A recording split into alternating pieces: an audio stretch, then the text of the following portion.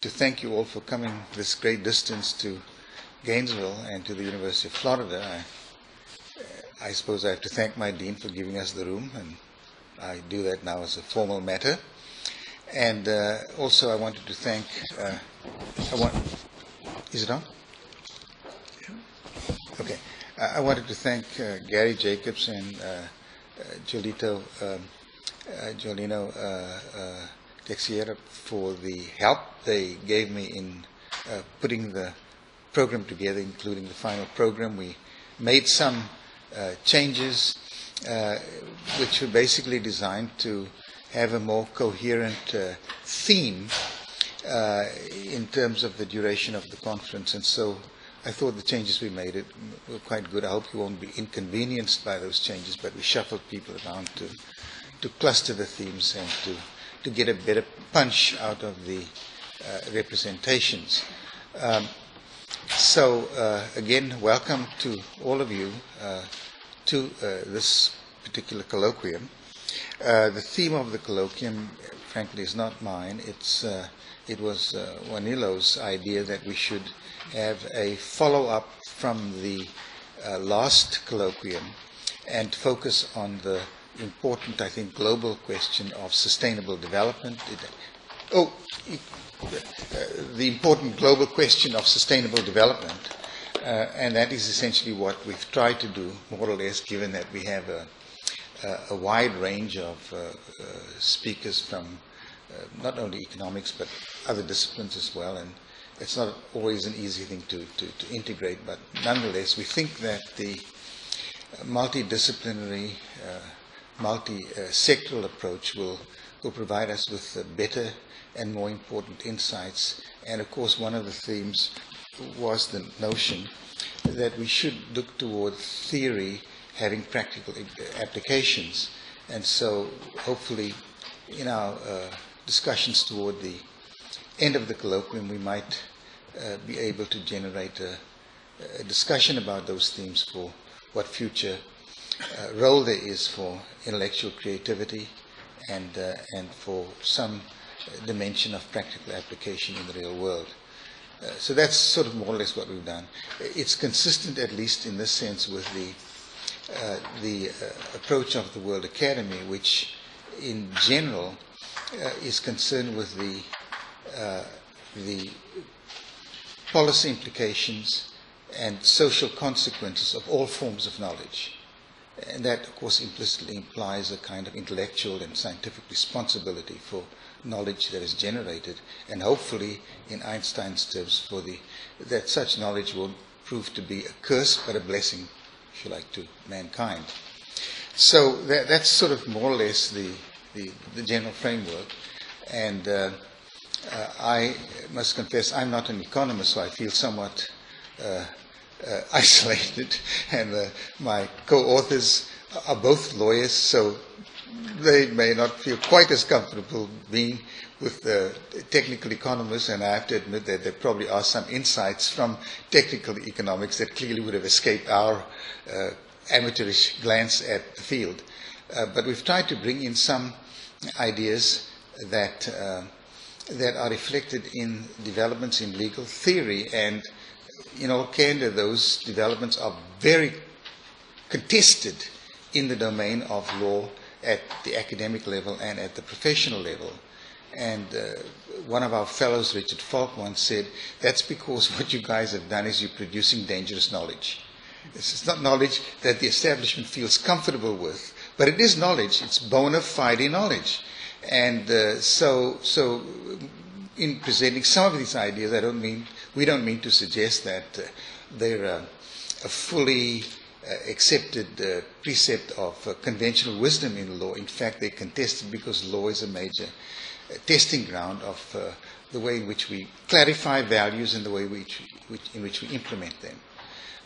So with those cautions, I pass the podium on to Juanilo and then to Gary Jacobs. Thank you very much. No, thank you very much. I prefer to talk about like this. Well, it's a pleasure to be here, and indeed, it's great to see old friends and new friends. This is our 12th international colloquium. The first one was in Brasilia in 1997, when we started in Brasilia, in the Department of Economics, our PhD program. It was a very successful event in Brazil, with many people from many countries attending the conference. Well, in the following years, we did have the same, still in Brazil. Eventually, we moved to other countries, initially to Italy, then to Paris, then to Ireland, then to Portugal, and last year it was in Brazil. This is the second time in which we had the opportunity to work together with the, I say this, well, World Academy of Art and Science, but I say not was. WAAS is the future, not the past. Not the past. And it has been great to have this kind of opportunity. I need to thank the collaboration of many people, including, of course, our president, Professor Winston Hagen, and of course, the person here, together with me, Gary Jacob, Professor, the president of the organization, Professor Heitor Gorgolin da Silva, is not in very good condition, health condition. This is the reason why he's not here. But he sent me a message saying that, well, please apologize. Well, the theme of this conference is visions. Let me put my glass. Visions on sustainable development, theory and action.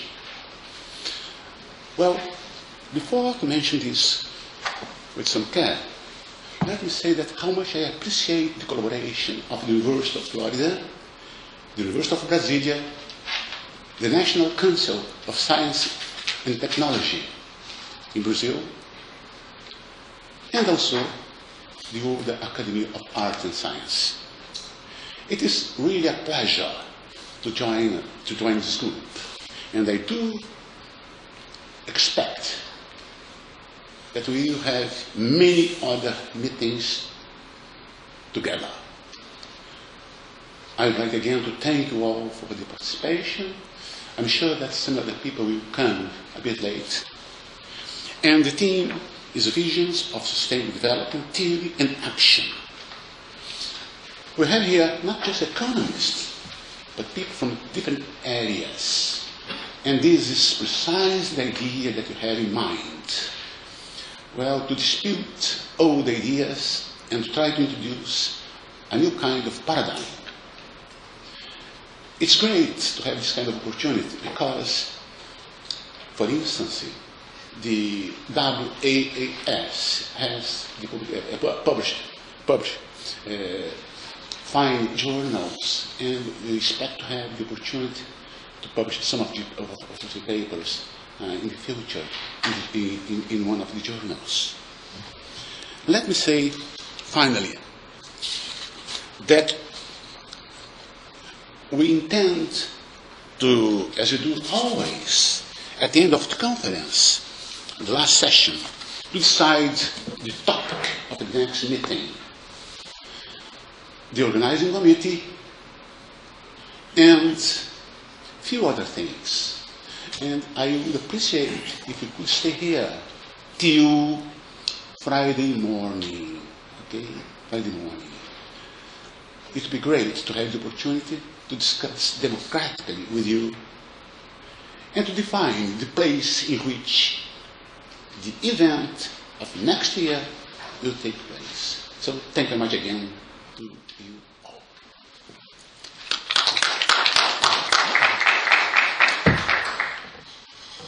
Thank you, Winston, for taking all the efforts to organize this event, bringing us from so many places, and Joan Elio also for proposing and working with us in collaboration on this. I'd like to just spend a few minutes in the introduction to explain the importance of this event from the perspective of the World Academy.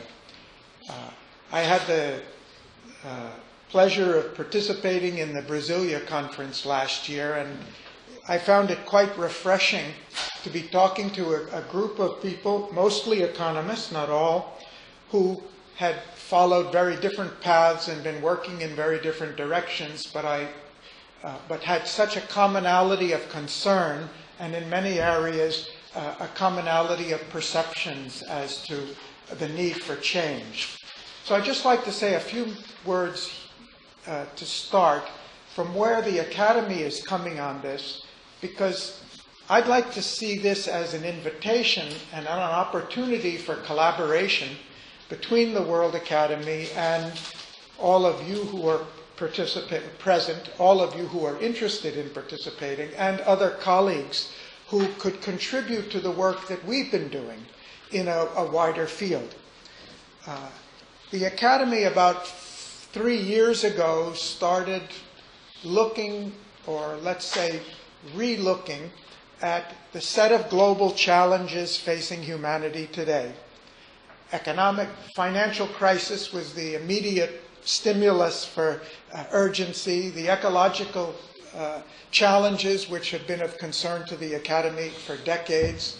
The security issues, the sudden deterioration of the climate following the end of the Cold War. The challenges we face in global governance. The increasing disruption and conflict within societies and between societies at the local and regional level after the lid of Cold War pressure was removed. So many other problems are surfacing. And we've been looking at all of these issues individually for many years, but in the last 3 years we've tried to look at them in a comprehensive way. And in doing that, the more we looked at them, the more we saw that they were all very closely interrelated with one another.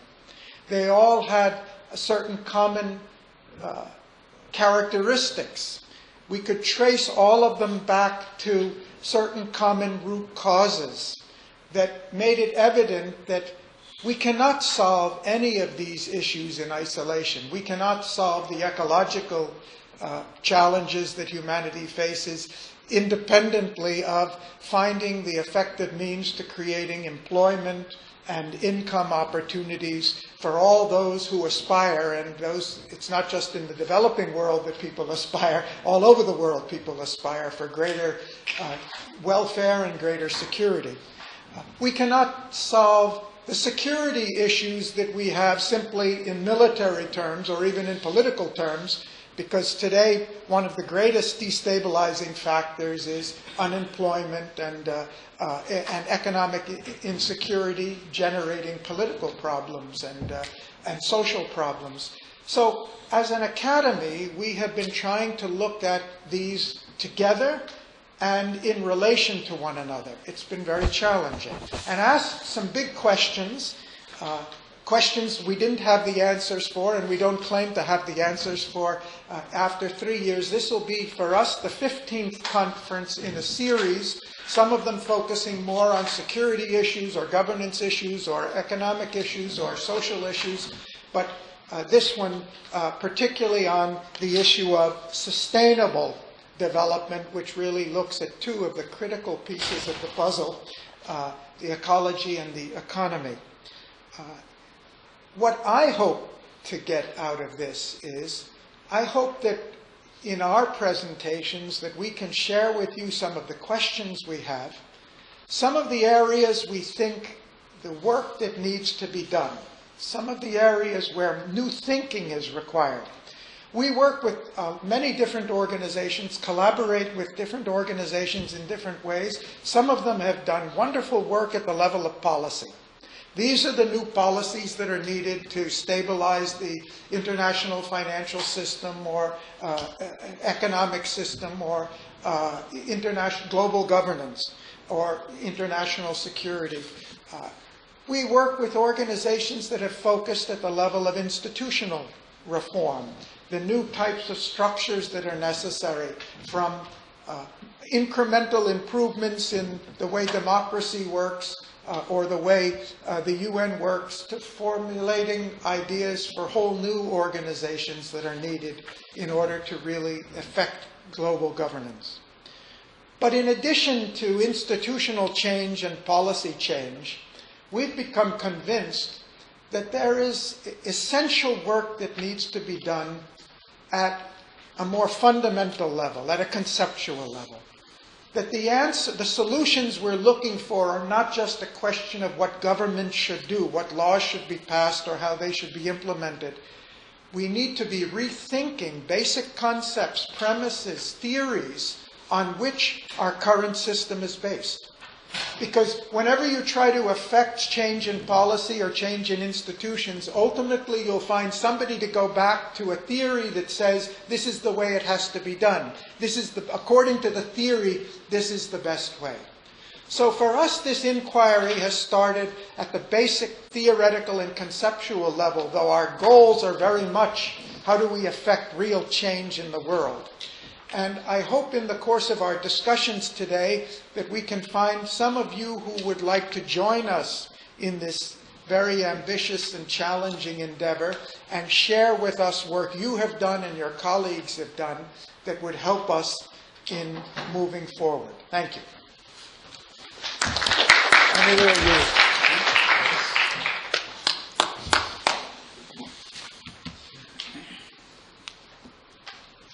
Let's take 4 minutes before we start the next session. Okay, so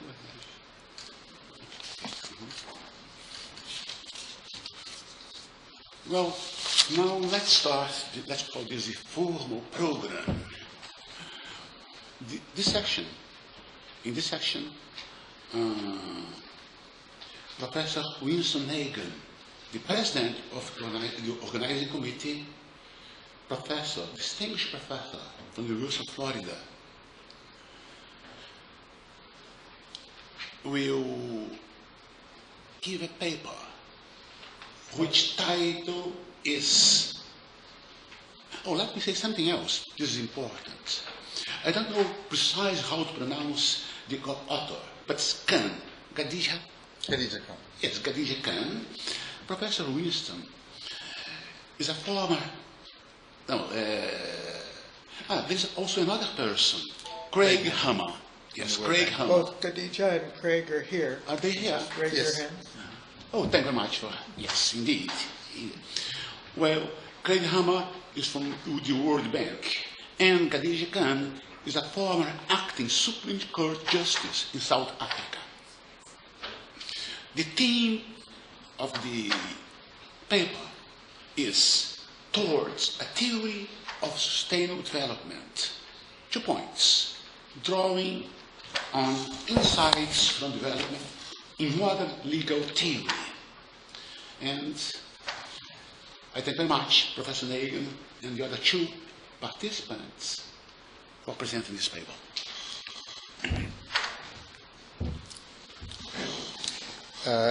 Essentially, the presentation comes in 3 parts. I'm just going to introduce the elements of legal theory that I think are relevant to the development of a theory of sustainable development. And Craig Hammer will provide us with a short capsule overview with some slides on some of the issues that are reflected in the fundamental policies behind sustainable development. Khadija Khan will look at the practical implications of radical inequality and the sustainability of political institutions in terms of radical inequality and why that is an important aspect of the discourse. In my paper, I tried very briefly to connect the question of the market with the question of legal institutions. And the reason I did that was because we don't really have a market in any modern sense from ancient Roman law. But yet you have a viable theory of contract, which is very effective, and you have a well-developed concept of property and title, And both of these concepts are absolutely central to the way in which these have evolved in terms of the modern concerns about market sovereignty as distinct from political sovereignty. So I thought I would just mention a few illustrations. One is that when we look at the Roman law, for example, to give you a very simple illustration, the question of how do you enforce an understanding between people with respect to the goods and services that they want to exchange or whatever. And they came up with a very simple notion. If you use a few simple words, the Judex would enforce it. For example, there's the contract of stipulation or stipulatio, which says something like this: Dare spondes, do you promise? And the response, spondeo, yes I do. If you use those words, simple as they are, you have an enforceable contract. And in fact, you can have an economic system of exchange with a security that relates to the exchange of goods and services between people. There's no market for that. It's just the way they happen to evolve it. The other illustration comes from the sale of goods, one of the most ordinary transactions that we have, and the Roman law sale of goods is largely reflected in the International Sale of Goods Convention today. It's operational. And there again you had officials on the ground trying to figure out what people did when they wanted to sell slaves or wheat or wine or oil or whatever. And they worked out a very simple system and built into this the Greek notion of good faith. If you, in good faith, enter into an arrangement with A and B, then those will be enforceable by the Roman law courts. So, and then property was an extremely important institution, in part because of the fear amongst the propertied classes that the emperor could take your property without much ado, you know. So you had to have a strong concept of title, and you had to have it encased in a great deal of the legal terminology and fundamentals, making it harder for the emperor to expropriate willy-nilly, you see. So we have those ideas, and they did evolve through the mercantile period and so on. I won't go through that with you, but fundamentally, what I'm trying to say is you can have a system of contracts and property, etc., without necessarily Friedman's global market sovereignty. Okay. The second thing that I just wanted to draw your attention to is that the concept of property today, we look at property as very stable, covering a limited range of situations, but in fact it is the most dynamic part of the law. The forms of property change all the time, and people manufacture property out of complex logarithms and mathematical equations.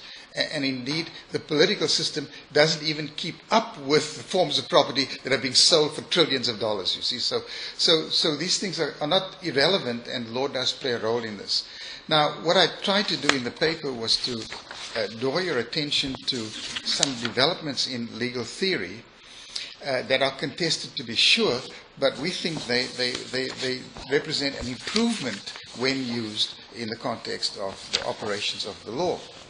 And the fundamental themes that have emerged from modern legal theory include the fact that the theory transcends narrow disciplinary boundaries, that they are dealing with values and institutions that are interrelated and interdependent, and they defy partial sectorial approaches to problem solving. And third, the most central problems about our fundamental values and institutions are indeed global in their reach. And finally, that these issues are themselves subject to conflicting claims, priorities, and interests that have to be clarified. And so those, to take that to a more concrete level, there are four issues that I wanted to stress that emerge from this context. And the first is that the approach to problems globally and sustainable development from a global point of view is that the approach has to be contextual to be realistic. And that is a challenge in itself. How do you do contextuality? How do you do global contextuality? And we think that the lawyers and the those who participated in this. Actually, the work comes from two WAS officials, a former president, Harold Laswell, and a fellow, Michael Reisman. Myers McDougall, and there are several fellows of WAS who have been leading in this as well, but often regarded as a minority. In any event, I just wanted to stress the notion that it isn't a mystery if you can understand what the critical markers are of working your way through a social process at any level, from the global to the micro-social, you know. And if you have grasped some of these markers, then you basically take one step forward, namely that society is a complex range of interdependent structures. But what's important for contextuality is the identification of the problem at which level of society you're dealing with. And problem identification, if you can identify the problem in advance, then you have a better chance of solving the problem than if you never know what the problem is until it hits you in the face, you see. So this is something that is resisted by economists, by lawyers, mainly because the comprehensive contextuality runs against the grain of a narrow disciplinary focus, I just mentioned. And then, of course, out of that comes the notion, then we know what a problem is, and then we have an idea of what the problem-oriented solutions might be. And those would essentially be multi-method, multidisciplinary, and so on. And then finally, I just wanted to, in the paper, I set out just the identification of the perspectives of sustainable development, but tied that to a clear emphasis on decision-making. Because if we want to say, well, theory and action, well, the action has to come in the form of decision-making, whether the decision-making comes from the informal sector, the social dimensions of power, or conventional power, namely through courts, legislatures, and executives. But nonetheless, we would have to focus on the question of how we can ground and widely distribute decision-making in the universe of participators.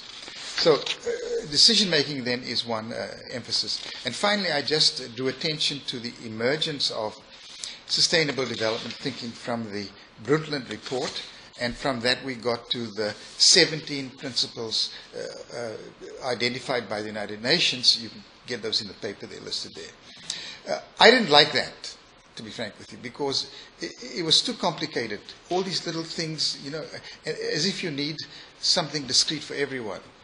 And what we think we have is a better way to organize that, and namely, you can organize all of these in terms of 8 or 9 values and their institutions. So if you're asking yourself, well, power, what are the institutions of power? Can they endure? Are they sustainable? What undermines their sustainability? What undermines democracy, for example? What facilitates plutocracy, and so on? You get a better picture of what you're doing. Ditto for wealth, the same process. Ditto for affect, ditto for skill, enlightenment, and so on. So we can put 8 values which are actually encased in the UN Charter in any event, and that gives you a much more functional and effective way of posing the question and looking for solutions. And it also brings in my opinion at least, the importance of the fundamental values that underpin almost all systems of social process, whether we're talking about it globally or in a family, a micro-social unit. So those are essentially the theoretical points. I had a copy made of my paper last year where I spelled these out a bit more extensively. And for those of you who didn't go to Brasilia, I have some copies of that if you're interested. Now I'll call upon my friend and colleague, Craig Hammer, to do his thing. You can speak up there. You might want to go out there? Just turn. Yes. Just turn on. Thank you. Oh, fantastic. Thank you very much. It's right there. There's a mic right there. Just turn it on. Okay. Yes. This case. You can turn this on. Okay. All right. Good morning. Can you hear me all right? All right, fantastic. So first I should apologize for the title slide. I think if I had one less cup of coffee this morning, it would say drawing on insights from insights from insights. As my colleagues mentioned, I also wanted to mention that Winston and Khadija have a free rider problem, and it's me. The paper is indeed theirs, and I have been tacked on to the session to provide a little bit of context and provide a little bit more information on where the rubber meets the road vis-a-vis theory to action. And so the paper really does a beautiful job, and I can say that with no ego because I didn't contribute to it, of really looking at the jurisprudential foundations of sustainable development. And what I would like to do is just talk a bit about what the post-2015 sustainable development paradigm looks like in a practical sense, and how some of these jurisprudential foundations pointed out in the paper are informing processes to really elaborate and get down to what the SDGs look like in a practical sense. So just quickly, as you know, and I imagine as several people in this room may be contributing in some way, shape, or form to the elaboration or development of the SDG in terms of their targets or indicators, perhaps, the Sustainable Development Goals are effectively the proposed set of targets related to future development that are meant to be controlling after the expiration of the 2015, at the end of 2015 for the Millennium Development Goals. They were first formally discussed in 2012 at the Rio Plus 20 meeting, of course. Rio Plus 20 being 20 years after the Rio Earth Summit in 1992, at which the CBD was open for signature, at which the Climate Change Convention was formally agreed upon, which led to the Kyoto Protocols, and a range of other really exciting things which have happened between then and now, and actually created a lot of the foundation of sources of declarative and international convention, which has informed the development of the SDGs, and which are incorporated by reference in the Sustainable Development Goals in terms of its implementation. The Rio Plus 20 document, which emerged from it, is called The Future We Want. It established what is called the Open Working Group to help elaborate the SDGs and start identifying with counterparts in the UNGA, as well as with delegations from across countries in developed and developing contexts, to really figure out exactly what implementation should or could look like, and how sources of international law, values, and a range of different priorities and processes should figure into the development and elaboration of those targets and goals. The mandate of the SDG set out by the Rio Plus 20 working group was essentially that it should be coherent and it should be commensurate with or adhere to sources of international law. And in so conforming, that also has implications for things like non-impugning territorial sovereignty, ensuring that it doesn't encourage or authorize any action against territorial integrity, political independence of the states, and it's really helped, I think, well, it's enabled some very interesting conversations about how the Sustainable Development Goals can be implemented while still conforming to the range of international law. And just to give you an example, it's in the Rio Plus 20 document. The SDGs are meant to complement and implement just a short list of sources of international law.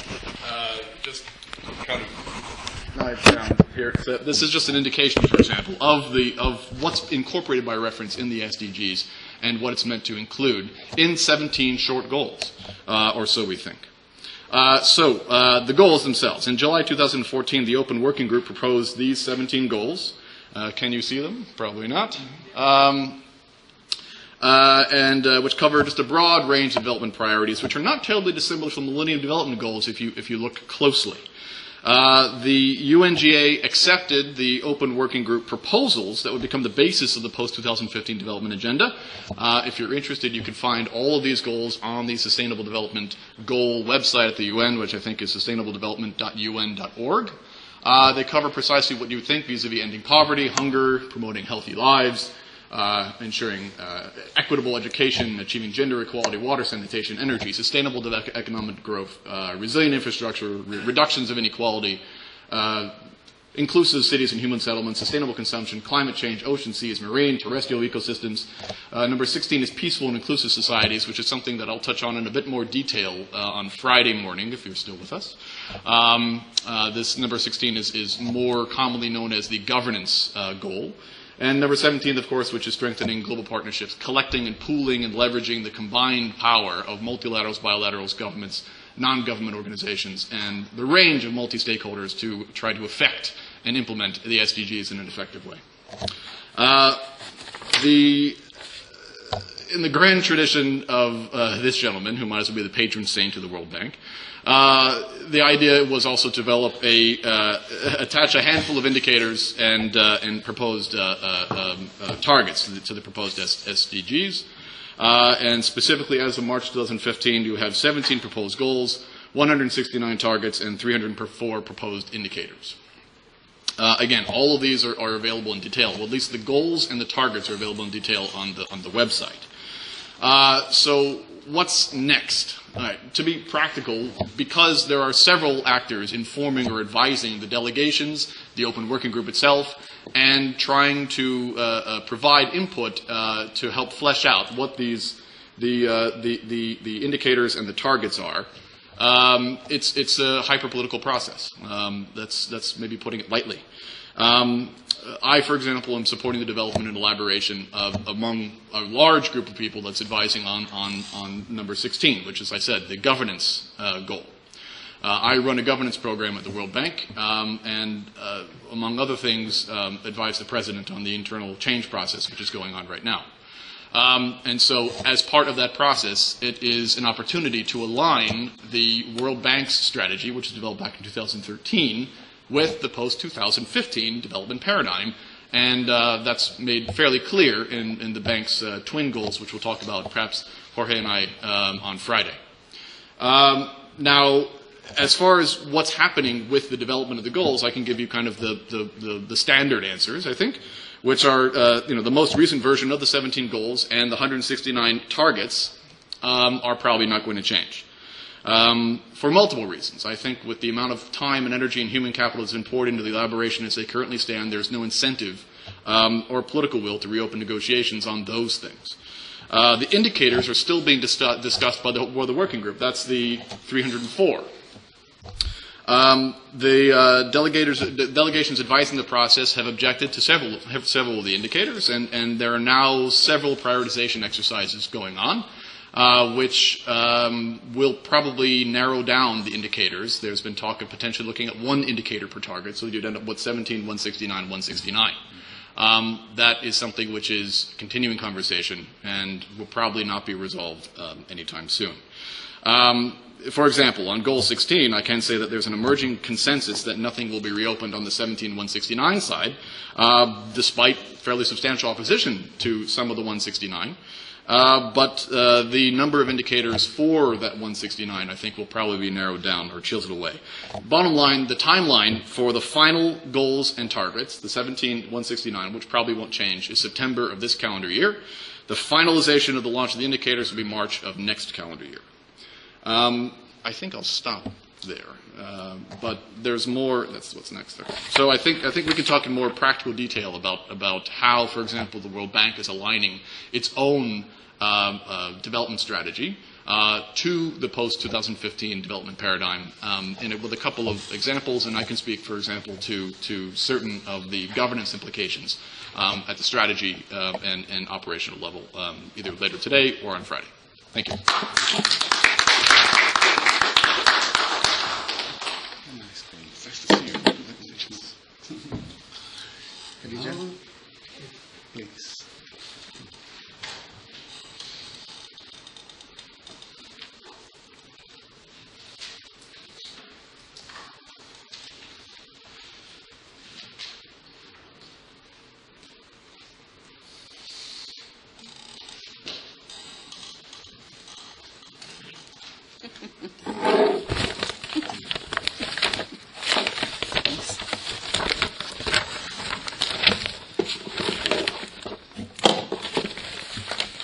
Good morning, all.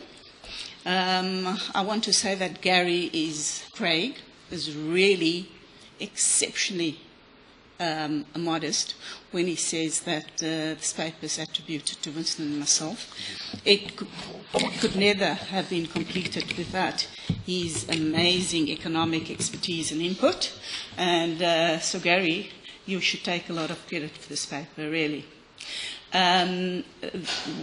Because of the voluminous nature of the paper, given the time constraints, I have essentially summarized the entire section that I will be presenting, which is part 2 of this paper, and which commences on page 17 for all of you who are possessed of this paper, and it should include all of you, because I think it was disseminated this morning.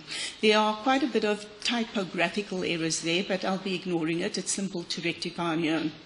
Now, part 2, which starts on page 17, do you have it? It's been dished out outside. Have you got copies here? Yes. Yeah. Deals, in essence, with the drastic, extreme, and radical inequality prevalent in the United States and globally, of course. The focus will be on the United States of America vis-à-vis the rest of the globe, given that the statistical data were extrapolated in the United States. It further then goes on, part 2, to examine and investigate the interplay, the relationship, the nuances of the concepts of radical inequality vis-à-vis and in relation to a sustainable economy, and concludes with rather dire conclusions, although Gary has been, or made me feel very hopeful with his presentation of what is happening at the World Bank. You mean Craig? Sorry, I keep calling you Craig. No, I keep Craig. I've had Gary staying with us, so now, as you all know, this paper, and Winston's been through it because he's dealt with his first paper, is a sequel, and it's a follow-up to his first paper presented in Brazil, of which he has discussed a lot of the input earlier. In that paper, my co-author advocates that certain initiatives may be useful and helpful in gaining theoretical and practical insights which justify the avoidance of radical inequality as an outcome of a social basis or process. In that first paper, as he mentioned, he further provided a theory and method using juridical insights to contribute and provide an improved new political economy. What I've done is summarize the broad points stressed in that first paper, which are not many, and they're not the ones that you covered, so I'm just going to briefly summarize the main principles and points that I found in his paper, and they were, in essence, that they all transcend narrow disciplinary boundaries, that they are all interrelated, interdependent, and defy solution by partial sectoral approaches. They are all global in nature and cannot be fully addressed without coordinated actions by the international community, and approaches to resolving these challenges are subject to conflicting claims, priorities, and interests. And thus, borrowing from the developments in legal theory, he also suggests that a new paradigm for political economy could benefit from 5 principles by new legal theory. And those 5 principles are: it must be contextual, it must be problem-orientated, it must be multi-method, it must be interdisciplinary, the dynamics of, with the focus on the dynamics of global interdependence and global interdeterminations. And fifthly, the entire approach must be permeated with the guidance of fundamental values and the value of institutional process. The next section, which begins on page 18, is the American experience, and again I've just summarized that. Given the context of the background, the introductory background that I've just sketched, it is obvious that we must have a specific focus on the context of the production and distribution of wealth in social process. Such a focus will be steeped in the realism of contextual analysis, which will provide us with an unadulterated picture of the social process as it actually is.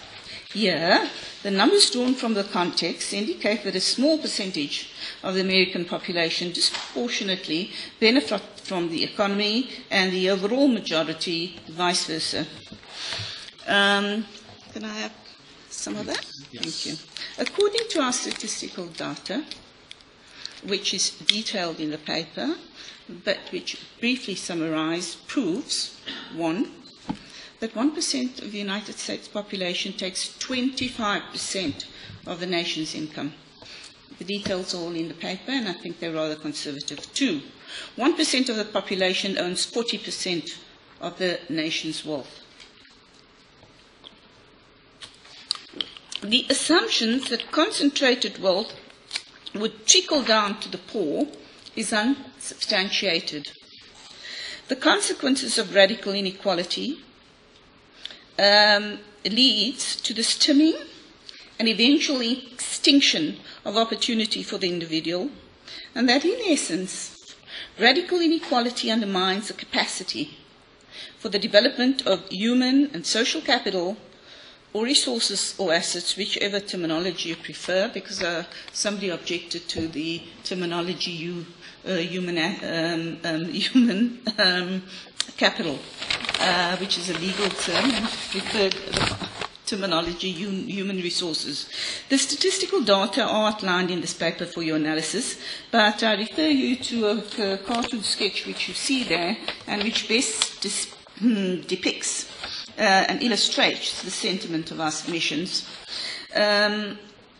Concerning the reference to Friedman's thesis in the paper, and if you go through it, you'll read, for those, I'm sure all of you know Friedman's thesis. Those who don't, in essence, his theory was that the decision-making is to be determined, and all decision-making is to be determined by and subordinated to free market.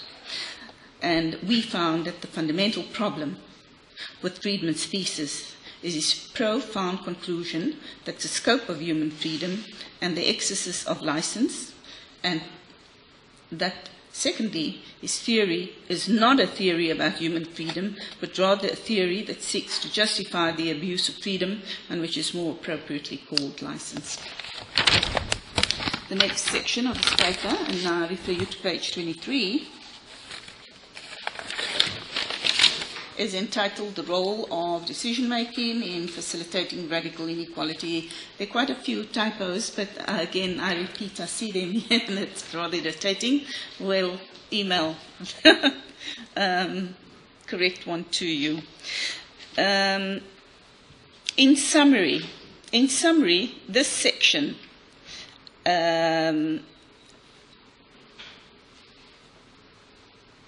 if I were to summarize the principles and issues raised here, it would be very simple.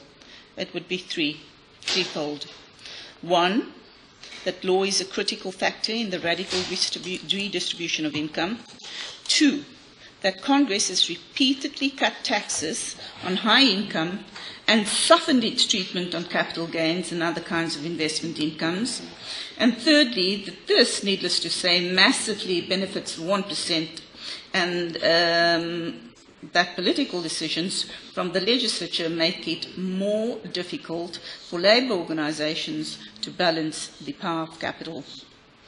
Furthermore, an important point or principle made in this section of the paper is that corporations pay excessively extravagant salaries to corporate executives, regardless of merit. In fact, in the area of financial management, that is, upper echelons of the corporate hierarchy, deregulation has allowed a degree of financial license which allows the economic elite to simply manufacture value from complex mathematical solutions or equations. These financial instruments are marketed and generate grossly obscene and excessive profits. I think that the next portion deals with plutocracy, and in short, it records that the growth of inequality is an outcome of the policy process. And then we go on, and you can read that bit about the dark money in relation to the political scenario. In conclusion, 2 minutes to go. On page 5, on page 25, I want to say that the issue of dark money in relation to political process has been validated by the United States Supreme Court. And in conclusion, we provide a short summary of the report from Oxfam on global radical inequality, which you can read for yourself. The central point to be stressed is that global inequality is not produced by natural forces, external human experience. And then it's just now a half a minute that I'm going to close. In closing, it is a product of human decision-making and that requires an economic approach that stresses the responsibilities for choice and decision. In closing, finally, we submit the final conclusion of this paper is twofold. And that is, one, an unsustainable economic social process is a product of human choice, and secondly, a sustainable economic social process is likewise a challenge for human choice and decision. Do I have a second to just summarize what has happened post this paper? And it's been very helpful. In fact, two very important initiatives have taken place pursuant to this paper having been written.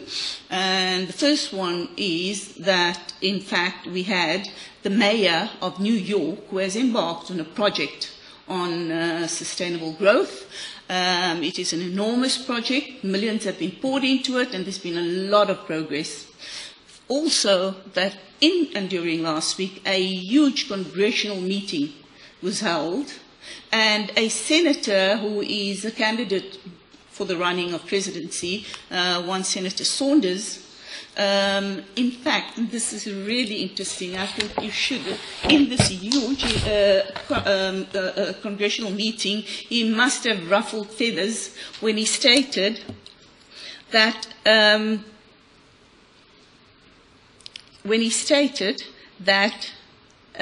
publicly, he said,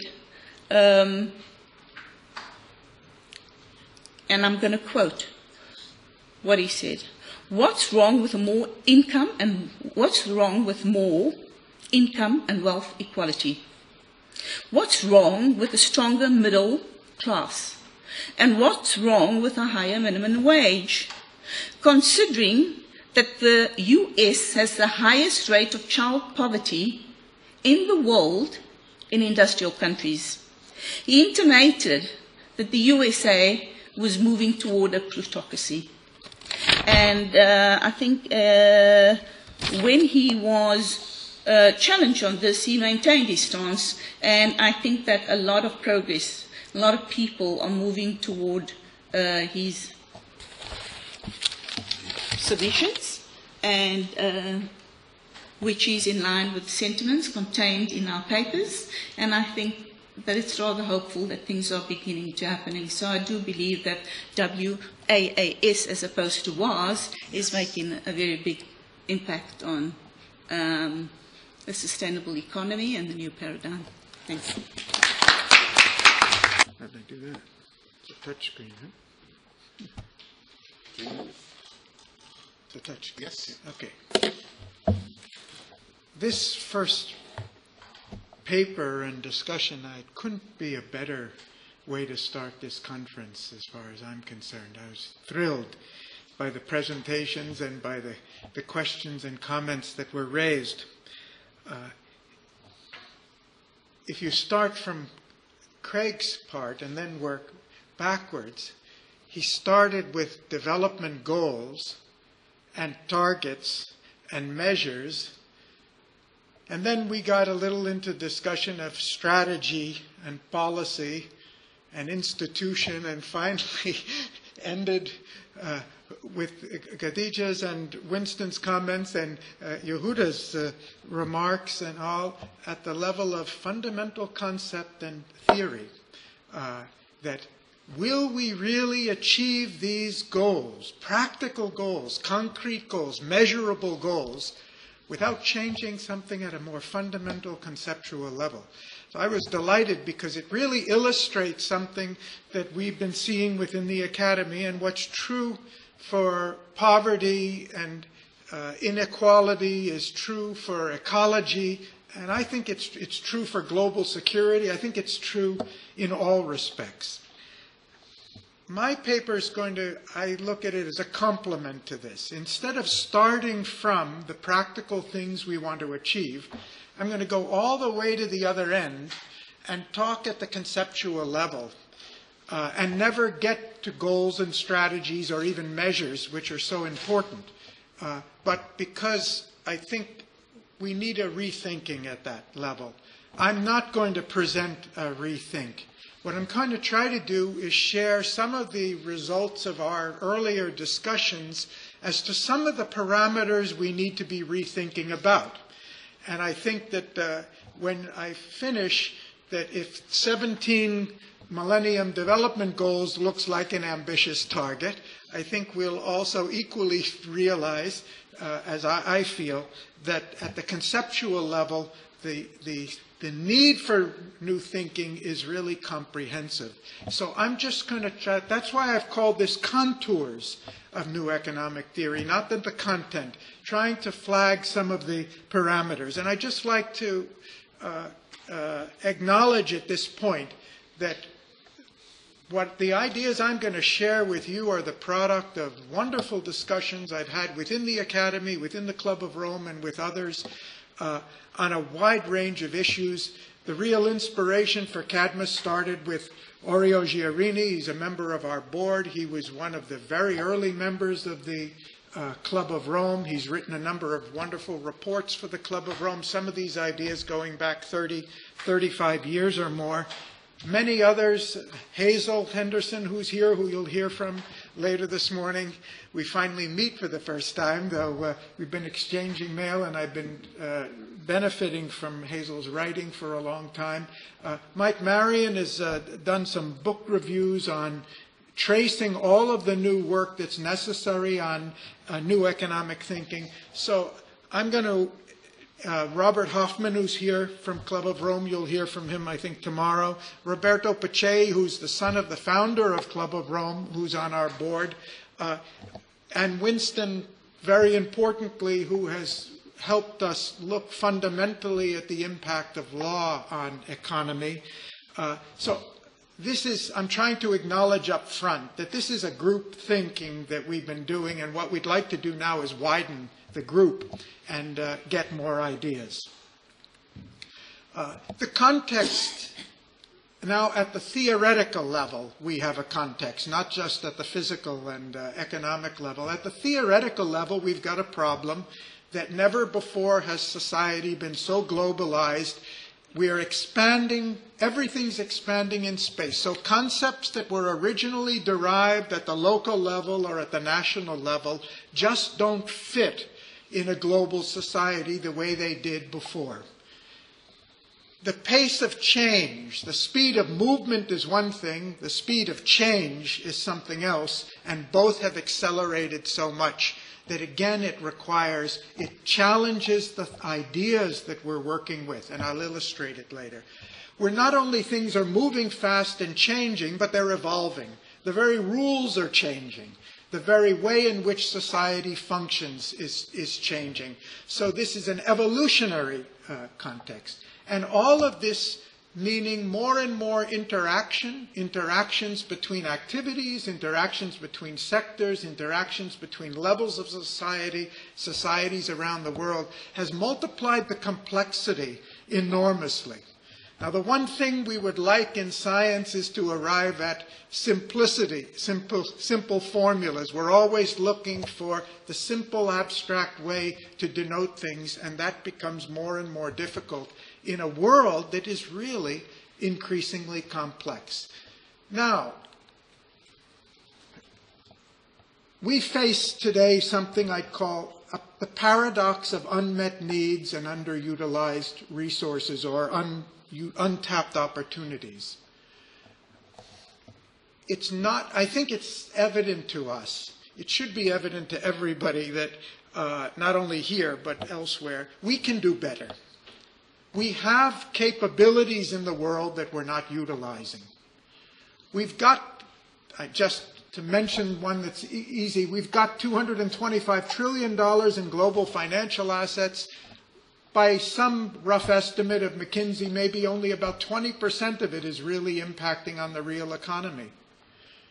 Positively, that is. A lot of the rest, or a good portion of the rest, is impacting on it negatively, creating instability and preventing long-term investments to create jobs, create goods and services which people need. So money is not in short supply today. The world is in a glut of money, but we're not able to utilize it effectively.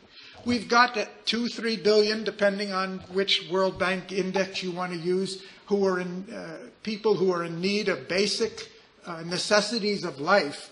But the world is also in surplus in production capacity. We can produce virtually anything we need in greater capacity, but our system, the present system that we're using, is not encouraging us to produce what's needed for people and not enabling us to get it to them.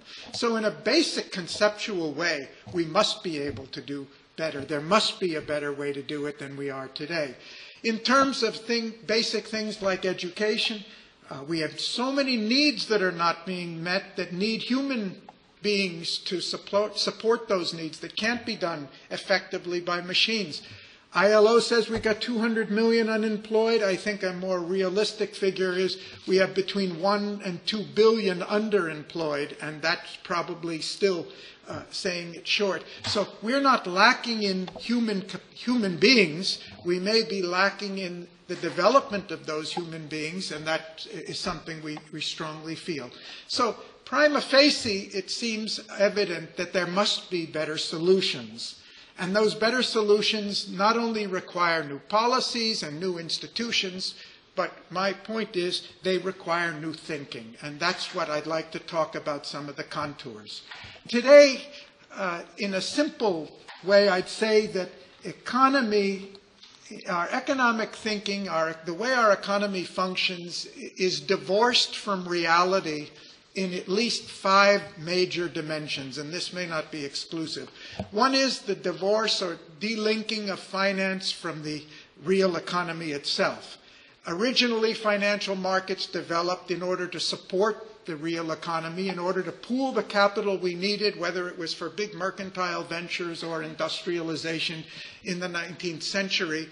Today, as I already mentioned, we got more and more of a separation. It's not only not supporting, but it's destabilizing. We've also got a increasing divorce between our capacities for production and our capacities for employing people and generating incomes for them. And our policies are supporting massive, rapid, almost thoughtless application of technology, regardless of its implications, regardless whether it's even the low-cost solution, because technology is good for its own sake. And so we've got a greater disconnect. We can produce more, but we have more and more people who are disengaged from the benefits. We've got a divorce which has been widely discussed. Hazel's been writing about it for decades, between economic growth and benefits to human beings, between the goal of economic activity, which is human welfare.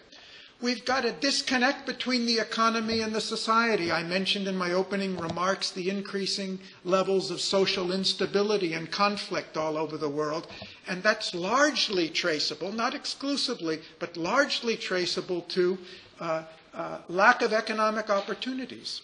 I can tell you in India, where I'm working, that the government's main number one security concern is the rising gap between the rich and the poor, which is causing increasing violence and propensity to violence in the rural areas. So how far is economy really serving the more fundamental need that we need a cohesive, harmonious, and peaceful society?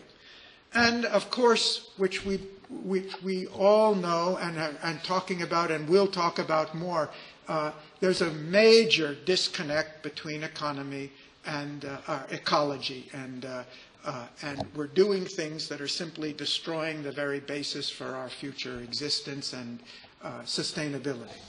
So something's more fundamentally wrong than just policies and institutions. But I'd like to say that I don't want to single out economics for this and say as if economics is the source of all our problems. I don't even want to say that anybody's to blame for this. I'd like to look at it in an evolutionary sense and say that humanity as a whole has simply not acquired the knowledge we need to deal with the complexity. And there's nothing wrong with that, because there are a lot of things we don't know, but we better know that we don't know it, and we better look for what we don't have rather than trying to justify and say that our current theory and thinking is all we need. So I kind of look at the social science as a late bloomer. About a year and a half ago, we did a colloquium at CERN with physicists, and we were exchanging ideas on the relationship between the natural and the social sciences and what they can learn from each other. And of course, get a room of physicists and tell them that we can learn a lot from the social scientists can learn a lot from the physicists, and they love it. They just eat it up. But I was also able to convince them that their job is much easier than our job. And they all agreed when we spelled it out. I mean, we think the world, the microscopic world of subatomic particles is pretty complex, and their formulas of quantum mechanics are pretty esoteric. But compared with the complexity of the social sciences, they're only dealing with physical reality. Their particles don't speak and think and talk and make decisions for themselves. Every quark and meson, or whatever they are, behaves in the same way, identically. Every one of us is a unique individual. We're not only living things, feeling things, thinking things, aspiring things. And therefore, let's recognize in all fairness that this is a tremendous intellectual challenge to try to find knowledge. We've started from the natural sciences. We've tried to learn as much as we can from the phenomenal success of science and technology, but that's material. And it's that paradigm, those experiences are of a limited value when we want to go to really deal with the complexities of our social living existence as conscious human beings. So, in all fairness to everybody who's contributed to the social science development up till now, hats off for all that's been achieved, but let's move on, and let's be aware that fundamentally we can't be defending the status quo. We've got to be we can't be defending any orthodoxy. No orthodoxy is going to offer us the solutions that we need.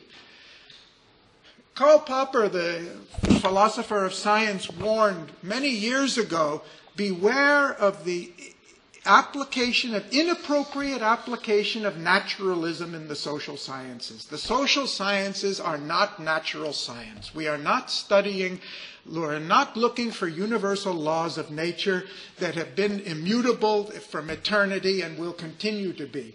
The laws of social science, of society, are human-made. We make the laws. I think Winston already mentioned it. And human choice decides how these laws work. And if it doesn't work the way we want it, we can change the rules. We can change the very principles on which our economy and our society functions. So it's not a question of hunting for the way nature does. It's a question of hunting and finding a better solution. The natural sciences are very much based on the idea that we should be objective, impartial observers of a phenomena around us without imposing our beliefs, our preferences, our judgments on it. But that doesn't work in the social sciences. The social sciences are not just in quest of some eternal knowledge.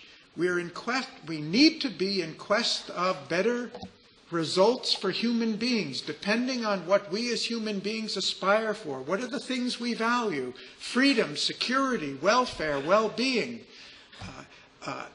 equality. We have a set of values that are more and more recognized as universal. They're enshrined in the UN Charter and so forth. This cannot be value-free science. We can attempt to be impartial, objective, and as rational as possible about it, and be conscious of our assumptions. The problem today is none of our social science is value-free, but very often the values are implicit, they're concealed, they're beneath the surface, as our friend Alberto Zucconi constantly reminds us, rather than putting them out in front and saying this is really what we value and are trying to achieve, we say this is the way things go. The future social science won't work that way. Largely because of our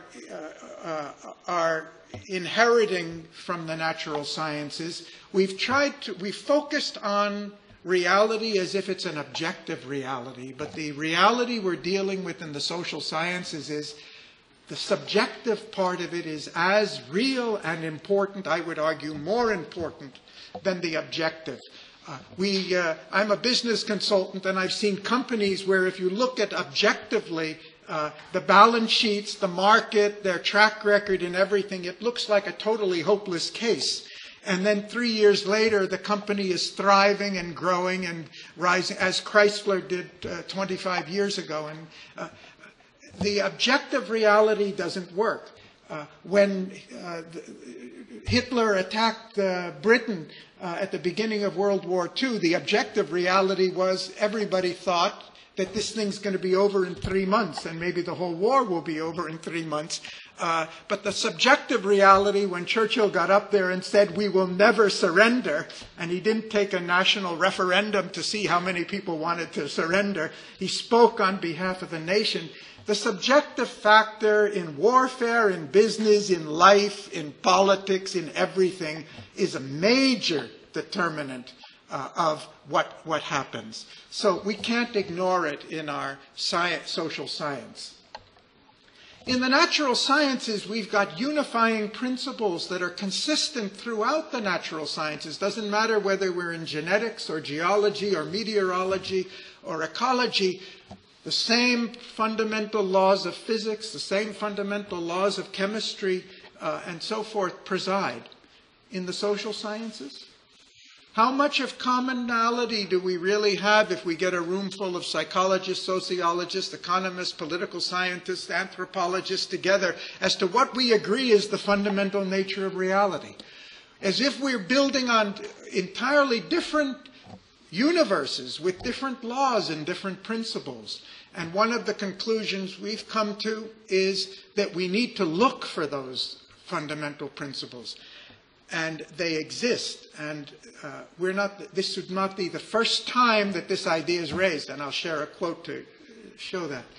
And as I already mentioned, unlike the physical universe, society is a moving target, an evolving target. No formulation of principle is going to be valid that doesn't take into account that it's in a context, as Winston was saying. So the challenges we face are challenges for all of humanity and all of the social sciences, and we're focused here on economics, but not to say that economics is unique in the problems that it grapples with.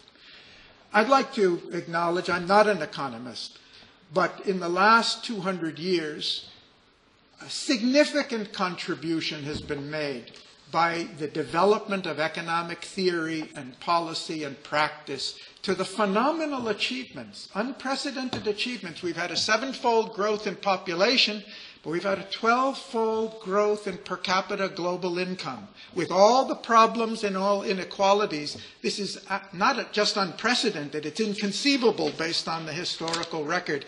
And certainly knowledge in the economics has helped us get there.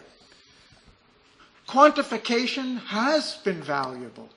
Whatever the gross deficiencies and limitations of GDP, which we've been discussing and writing about, quantification through money has been a powerful tool, but it's an incomplete tool, and we need to recognize its limits. Oh. Yeah. Okay. I'm already running out of time, so I'm really just getting to the core issues that I wanted to mention. So I'm just going to flash them up here. I didn't distribute the paper. It's here, and you can read it at your leisure. But I'm trying to identify here at least 7 different boundary lines of the existing science of economics, which I think need to change.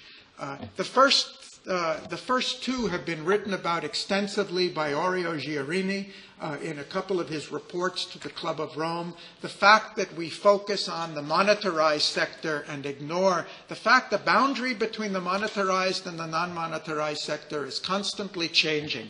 And if our goal is human welfare, we can't ignore it. This second one is take me more than 4 minutes to cover it, but in a service economy, you can no longer measure value at a particular point in time. The generation of value starts in the distant past when the research begins, and it goes long into the future when you have unknown liabilities and disposal issues in front of you. So there are many different parameters, and I hope that in the course of our discussion, we can take and look at some of these parameters and think about how the economics of the future would need to differ from the economics we have in the present. And as Winston said, all that Winston said about the need to integrate, to look at the impact of law on economy is true.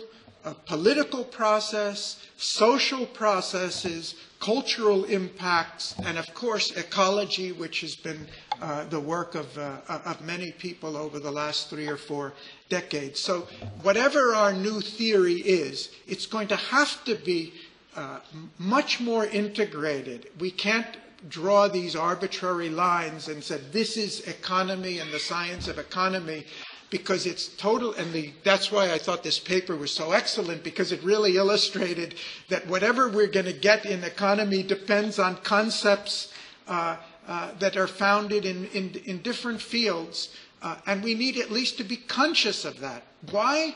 Because yes, it's going to make things more complex. It's going to show us opportunities we didn't know we had. We're going to be clear that the way the economy works today is not inevitable.